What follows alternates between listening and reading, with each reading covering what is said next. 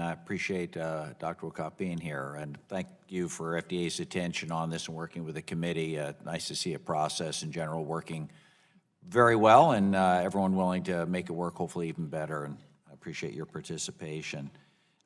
Pretty impressive with the backlog being reduced 90% in a 5-year time span. Wish we could do that in a lot of other areas in government these days.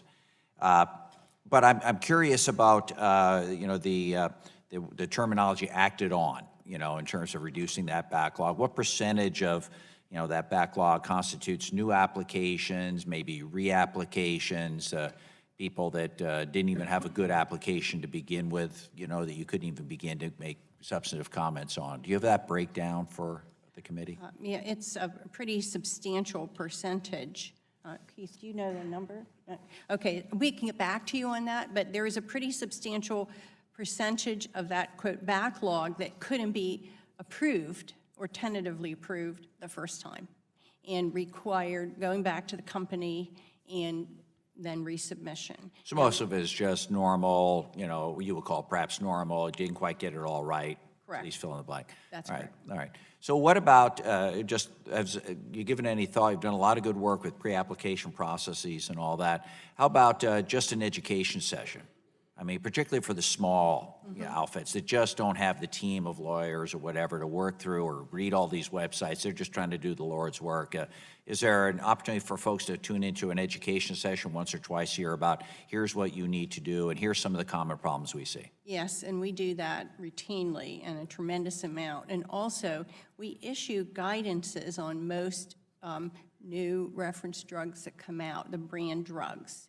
And so we'll issue guidance well in advance on how to develop a generic for that. It's like a And I'm not talking just guidance. I'm talking about a real person, we do. sitting down. So we have webinars. We have we go to the technical meetings of the associations. We do gather up common deficiencies, and we post lists of these. And we are really trying. But we'll think it'll take.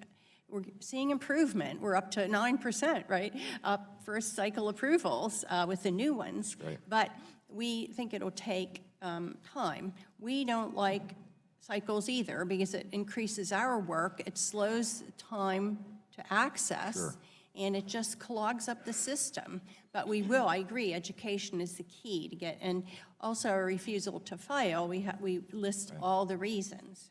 So with all that, getting to my colleague, Congressman Bill point, if you're doing all this, there seems to be, I think, a number of cycles that we should allow the reapplication for, and then maybe cut it off. I mean, at some point, if you're doing all the upfront work and everyone agrees you're doing the education be the guidance plus the review, at some point, so that the backlog, out of the 1,800 or whatever it is that are still in the backlog, how many have been, be interesting for us to know how many have been through 1 cycle, 2 cycles, 3 cycles to get to the average or whatever, and because there's some due diligence on a company's part, to not waste your time or the taxpayers' dollars. Yes. Well, we could certainly provide you with what statistics we had. As part of getting this whole program up and running, we put in a new IT system that tracks the process from soup to nuts, so to speak. And we can get reports out of that. And I'm trying to get these reports by cohort, like the class of 13, the class of 14, the class of 15. What happened to them? How many cycles? That would be really helpful. Yes. So we're very interested in that, too. We can provide you with what information we have on that.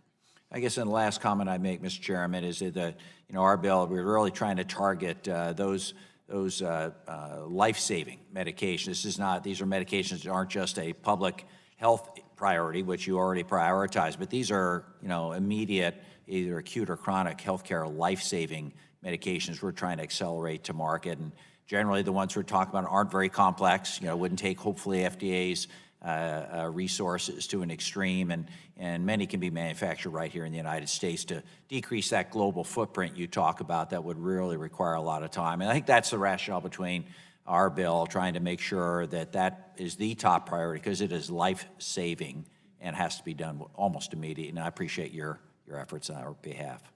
Now I yield back, Mr. Chairman.